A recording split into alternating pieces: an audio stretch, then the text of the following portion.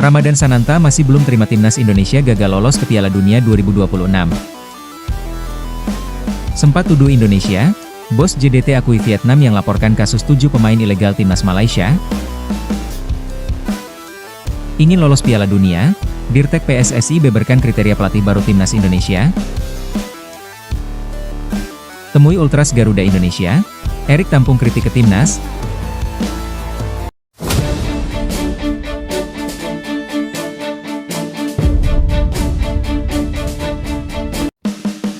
Ramadan Sananta masih belum terima timnas Indonesia gagal lolos ke Piala Dunia 2026.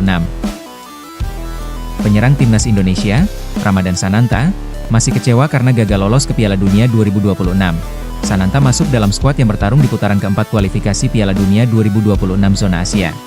Namun, mereka harus tumbang saat berhadapan dengan Arab Saudi dan Irak sekaligus menutup peluang lolos ke Piala Dunia. Hal tersebut tentu cukup mengecewakan karena tinggal selangkah lagi skuad Garuda bisa bermain di ajang sepak bola paling bergengsi antar negara tersebut. Selain itu, pergantian pelatih kepada Patrick Kluivert gagal mencapai target utama dan harus meninggalkan tim. Ramadan Sananta menjelaskan bahwa banyak pihak masih sedih karena kegagalan tersebut.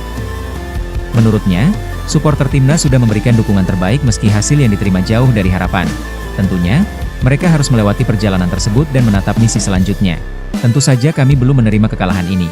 Karena semua penggemar berharap Indonesia lolos ke Piala Dunia, kata Ramadan Sananta. Mantan pemain asal Persis Solo ini melanjutkan bahwa mereka sudah mencoba tampil maksimal di lapangan.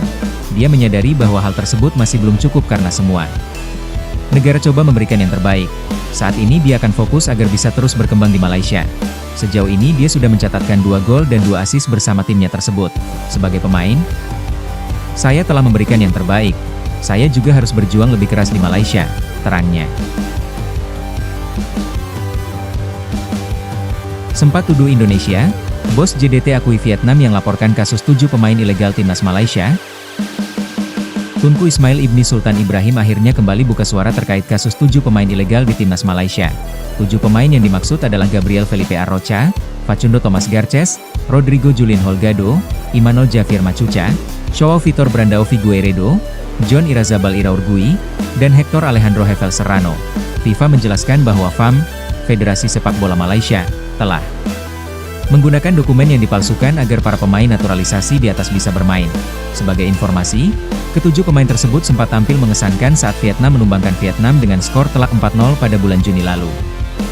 Ini merupakan laga putaran ketiga kualifikasi Piala Asia 2027 Arab Saudi. Akibat masalah ini, FIFA mendenda FAM sebesar CHF 350.000 atau sekitar 7,3 miliar rupiah. Pemain yang terlibat didenda sebesar CHF 2.000 atau sekitar 41 juta rupiah per orang. Tak sampai di situ, para pemain juga disangsi larangan beraktivitas di seluruh kegiatan yang berkaitan dengan sepak bola selama 12 bulan. Sementara itu, Tunku Ismail Ibni Sultan Ibrahim sempat menuding Indonesia sebagai pihak yang melaporkan kasus ini. Hal ini merujuk pada cuitan, siapa yang ada di New York, di akun X pribadinya. Untuk diketahui, New York merupakan tempat pertemuan Presiden FIFA Gianni Infantino dan Presiden RI Prabowo Subianto pekan lalu. Belum lama ini, Tunku Ismail Ibni Sultan Ibrahim kembali menggelar jumpa pers untuk membahas kasus tersebut.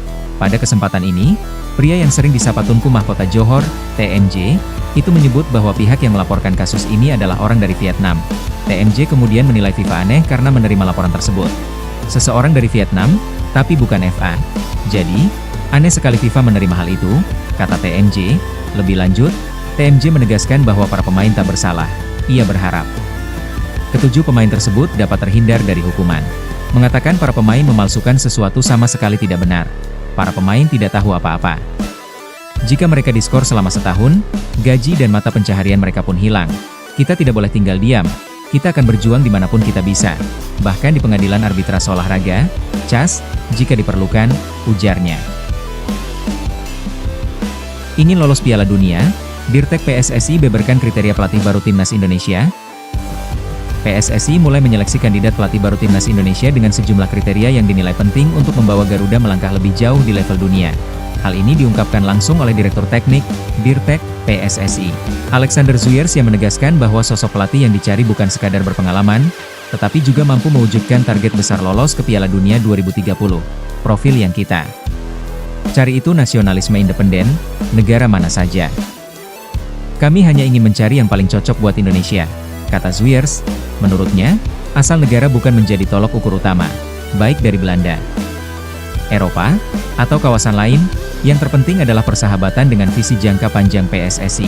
Jadi kami mencari yang benar-benar selaras dengan visi kami karena kami di sini untuk Indonesia. Kami ingin lolos ke Piala Dunia selanjutnya, ia menambahkan. Zuyers menjelaskan bahwa calon pelatih harus memiliki kemampuan untuk menjawab tantangan jangka pendek dan jangka panjang. Dalam waktu dekat, pelatih terpilih diharapkan bisa mempersiapkan waktu untuk tampil kompetitif di Piala Asia 2027, sebelum fokus pada misi besar menuju Piala Dunia. Jadi kami ingin mencari profilnya yang cocok. Kemudian kami ingin mencari pelatih yang bisa tampil bagus di jangka pendek, lalu juga bisa terhubung dengan para penggemar. Kata Zuyers.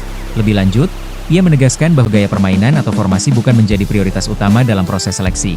Baik pelatih yang lebih menyukai formasi 3 back atau 4 back, semuanya bisa diterima selama mampu mengidentifikasi dan memaksimalkan potensi pemain Indonesia. Soal detail-detail teknik, tentu harus sejalan. Yang terpenting buat kami adalah mencari profil yang selaras dengan visi dan identitas kami, Indonesia, jelasnya. Zuyers menambahkan, faktor terpenting bagi calon pelatih adalah kemampuan untuk memahami karakter sepak bola Indonesia dan membangun kedekatan dengan para pendukung timnas. Kemudian harus bisa terkoneksi dengan identitas Indonesia, dengan fans. Formasi adalah hal kedua. Yang terpenting adalah mereka harus bisa mengenali kualitas pemain, tutupnya.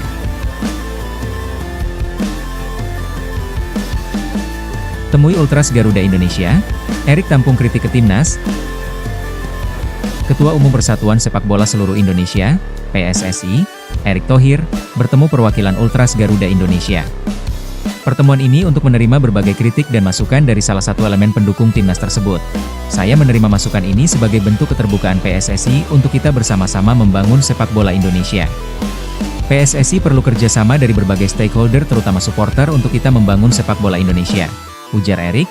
Pada pertemuan tersebut, Ultras Garuda Indonesia menyampaikan pandangan dan evaluasi terhadap perjalanan timnas Indonesia. Termasuk penampilan timnas pada putaran keempat kualifikasi Piala Dunia 2026 zona Asia melawan Arab Saudi dan Irak pada awal Oktober 2025. Erick menegaskan bahwa setiap masukan dari publik, terutama dari para supporter, menjadi bagian penting. Khususnya dalam upaya membangun sepak bola nasional secara menyeluruh. Pertemuan dengan Ultras Garuda Indonesia ini menjadi bagian dari komitmen PSSI untuk terus membuka ruang dialog dan membangun kolaborasi dengan berbagai elemen supporter. Ini demi kemajuan sepak bola Indonesia. Sebelumnya, PSSI juga sudah bertemu dengan Presidium Nasional Supporter Sepak Bola Indonesia, NESI, dan kelompok supporter timnas, La Grande Indonesia. Saat itu PSSI diwakili oleh Ketua Badan Tim Nasional dan anggota Komite Eksekutif, Sumarji.